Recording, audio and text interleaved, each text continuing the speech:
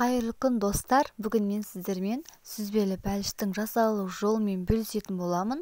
Ол үшін видеоны соңына дейін қарап, маған тіркеліп, лайк баса кетіңіздер. Әуелі таза әрі құрғақ ыдысымызға бір жұмыртқаны және бір жұмыртқаның сарысын, қант ұнтағын, сары майымызды және алдын ала електен өткізілген ұнымызды, қамыр қопсытқышымызды, 2 ас қасық қаймағымызды салып, жақсылап жұп-жұмсақ қамыр илеп алатын боламыз.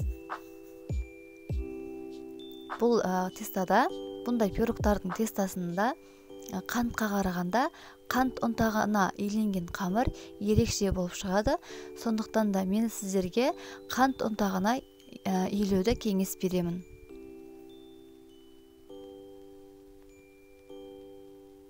Осылай жұп-жұмсақ қамыр илейтін боламыз.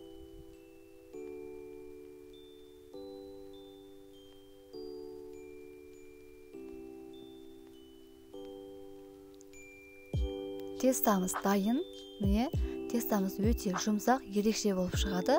Енді біз бұл тестаны табамызға жақсылап жайғастырып алатын боламыз. Міне, енді салмасын дайындап аламыз. Сүзбеміздің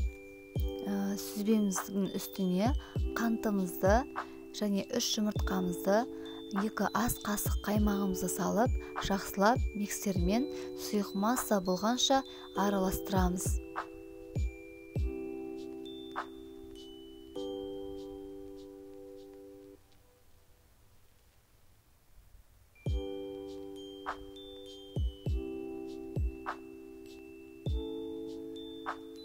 Міне 2 ас қасық қаймағымыз және миксерлеп аламыз.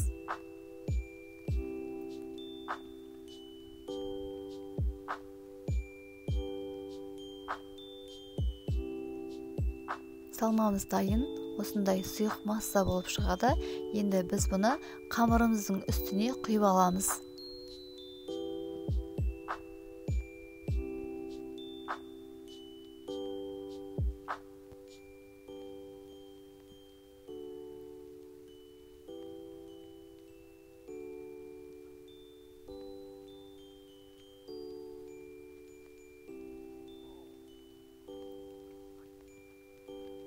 Міне, бетін жақсылап тегістеп шығамыз және шетшетін шанышқының көмегімен де тегістеп шығамыз. Енді біз бұны алдын ала қыздырылған пешімізде пісіріп алатын боламыз. Пирогымыз дайын. Пирогты бірден шешпейміз, суытып барып шешеміз және пирогты тоңазытқышқа салып қойсаңыздар да болады. Пирог өте ерекше, өте дәмді, тестасы да өте ерекше болып шығады. Егер сіздерге менің видеом ұнаған болса, менің каналыма тіркеліп, лайк басып, қазақша каналдың дамуына үлес қоса кетіңіздер.